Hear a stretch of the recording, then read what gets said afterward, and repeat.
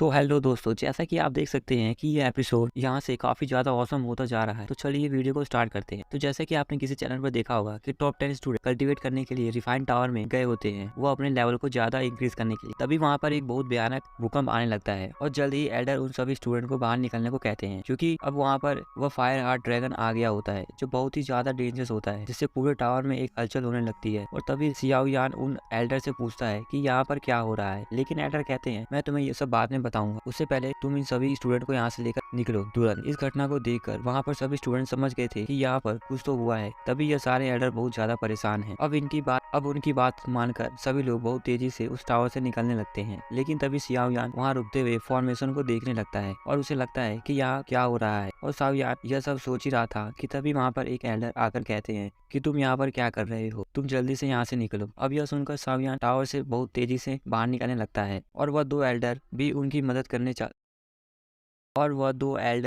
मदद करने चले जाते हैं फॉर्मेशन को रोकने के लिए। वहीं दूसरी ओर हम ग्रैंड एल्डर को देखते हैं, जो अपनी पूरी जी जान लगा रहे होते हैं उस सील को बचाने के लिए, जिससे उस फायर हार्ट ड्रैगन को बाहर आने से रोक सके। लेकिन फायर हार्ट ड्रैगन बहुत ही ज्यादा गुस्से में था और वह बार बार उसी को ब्रेक करने की कोशिश कर रहा था, जिसमें वह कामयाब भी हो जाता है। लेकिन वह एल्डर फिर से अपनी पूरी जान लगा देता है उस सील को रिकवर करने के लिए, और वो फायर हार्ट ड्रैगन नीचे जा गिरता है और वह जोर से दौड़ता हुआ एक बार फिर कोशिश करने लगता है उस सील को तोड़ने के लिए। और इसी बीच तभी वह दो एल्डर भी ग्रैंड एल्डर की मदद करने आ जाते हैं और ग्रैंड एल्डर कह रहे होते हैं बस हमें थोड़ी देर और इस सील को रोके रखना है और बाकी तो बाद में और भी एल्डर आ जाएंगे, लेकिन अभी कुछ भी हो जाए इस सील को टूटने नहीं देना है।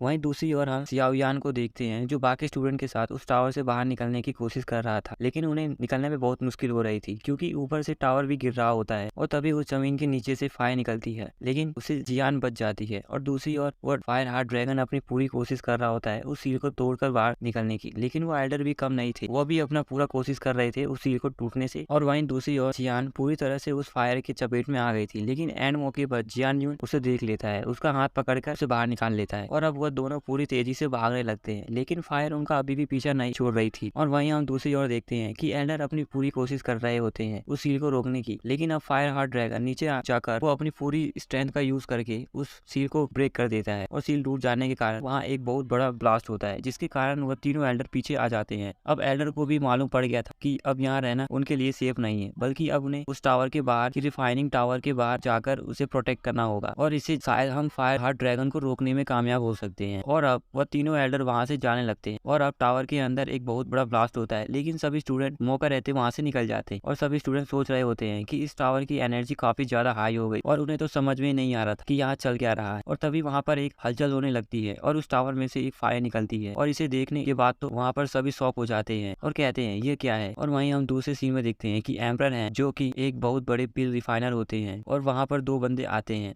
और उन्हें हैन ने ही बुलाया होता है। और वह मोटा बंदा और ओल्ड मैन दोनों हैन को ग्रीट करते और वह यहाँ किसी मीटिंग के लिए आए होते हैं। और वह ओल्ड मैन कहता है कि जरूर कोई बात होगी जो आपने हमें यहाँ बुलाया है, जिस पर वह बोलता है कि बताइए क्या काम। लेकिन एम्परर हैन उन्हें अभी बताने से मना करते हैं क्योंकि अभी भी इसमें एक बंदे की कमी होती है। और एम्परर हैन कहते हैं कि अभी एक बंदे की कमी है, तो जब तक तुम यहाँ बैठकर चाय पी सकती हो। और तभी हमें आसमान में एक रेड कलर का ऑरा आता है। इसका मतलब यह था कि वो तीसरा बंदा भी यहाँ पर आ चुका है और वो आते ही एम्परर हैन को ग्रीट करता है, लेकिन पता नहीं मुझे ये बंदा एक वैम्पायर लग रहा है। खैर ये जो भी हो। इसके बाद फैन एम्परर हैन से कहता है कि आपने हमें इतनी जल्दी यहाँ पर क्यों बुलाया है, जिस पर एम्परर हैन उन्हें तो सबसे पहले माफी मांगते हैं, कहते हैं कि आज बहुत जरूरी काम था इसलिए मैंने आपको बुलाया। जिस पर वो सभी कहते हैं आप यह सब छोड़िए, बस आप बताइए कि आपकी क्या बात है। फिर एम्परर हैन बताते हैं कि जैसा कि तुम्हें पता है कि मैं एक रिफाइनर हूँ और मेरी फॉरेन फायर की चाहत कभी खत्म नहीं होगी और इसलिए मुझे उसे जल्द से जल्द पाना है। और वो कहते हैं मैंने बहुत पहले महसूस किया था कि वह कैनान कॉलेज की हिडन टावर में है और उसे वहाँ पर छुपा कर रखा गया है, और